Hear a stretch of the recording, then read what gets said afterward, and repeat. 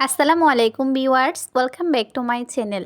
আমি আজকে আপনাদের সাথে ফুলকপি দিয়ে মজার একটি নাস্তার রেসিপি শেয়ার করব। সেটার নাম হলো ফুলকপির পাকোড়া। এটা অনেকেই করে থাকেন, আজকে আমি একদম সহজ উপায়ে করে দেখাবো। তাহলে চলুন মূল রেসিপিটা শুরু করি। আমি একটা মাঝারি সাইজের ফুলকপি একটু ছোট কিউব করে কেটে নিয়েছি। অনেক সময় দেখা যায় ফুলকপির ভিতরে কিন্তু পোকা থাকে, সেই পোকাটা দূর করার জন্য এখন আমি ফুলকপিতে অ্যাড করতেছি 2 কাপের মতো ফুটন্ত গরম পানি। সেই সাথে দিয়ে দিচ্ছি 3 টেবিল চামচ লবণ। এখন এটাকে একটু মিশিয়ে নিয়ে রেস্টে রেখে দেবো 10 থেকে 15 মিনিট। এতে করে ফুলকপির ভিতরে যদি পোকা থাকে সেক্ষেত্রে সহজে কিন্তু বেরিয়ে আসবে। ফিরে আসলাম 15 মিনিট পর। এখন এটাকে ভালো করে ধুয়ে নিতে হবে। অবশ্যই কুসুম গরম পানি দিয়ে 3 থেকে 4 বার পানি চেঞ্জ করে আমি ফুলকপিগুলোকে ধুয়ে নিয়েছি। এখন অ্যাড করে দিচ্ছি 1 টেবিল চামচ চাট মশলা, সাথে দিয়ে দিচ্ছি 1 টেবিল চামচ আদা রসুনের পেস্ট, 1 টেবিল চামচ হলুদের গুঁড়া, 1 টেবিল চামচ শুকনা মরিচের গুঁড়া, সাথে দিচ্ছি পরিমাণ মতো লবণ, সাথে অ্যাড করতেছি হাফ কাপ পরিমাণ ময়দা, 2 টেবিল চামচ কর্নফ্লাওয়ার, 2 টেবিল চামচ নর্মাল পানি দিয়ে সমস্ত উপকরণ ফুলকপির সাথে মিশিয়ে নিতে হবে।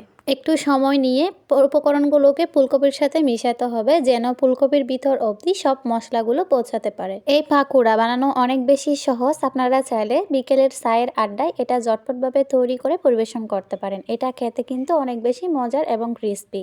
ফুলকপিটা আমার মাখানো হয়ে গেছে। এখন আমি একটু কাছ থেকে দেখিয়ে দিছি ফুলকপির মাখানোর পরে লোকটা কীরকম আসছে। এখন পরিমাণ মতো কড়াইতে তেল দিয়ে চুলাতে বসিয়ে দিলাম। চুলার আঁচটা একেবারে লো হিটে রাখবেন। তেলটা যখন গরম হয়ে আসছে আমি একে একে কয়েক পিস ফুলকপি দিয়ে এখন ভালো করে ভেজে নিচ্ছি। অবশ্যই চুলার হিট মাঝারি টু লো হিটে রাখবেন, তা না হলে কিন্তু ফুলকপিগুলো কাঁচা থেকে যাবে, উপরে কিন্তু কালার চলে আসবে তাড়াতাড়ি।